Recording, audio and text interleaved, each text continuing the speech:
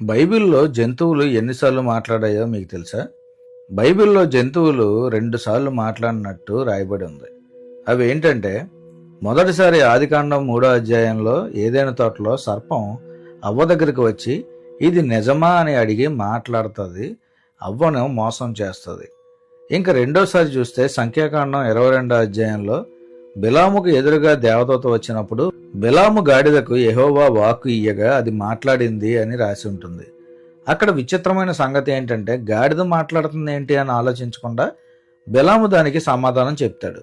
ఇంకా ప్రకటన గ్రంథంలో జీవులు కూడా మాట్లాడినట్టు ఉంటుంది, కానీ అవి పరలోకంలోవి కాబట్టి వాటిని లెక్కల్లోకి తీసుకోకూడదు అని బైబిల్ పండితులు చెప్తారు.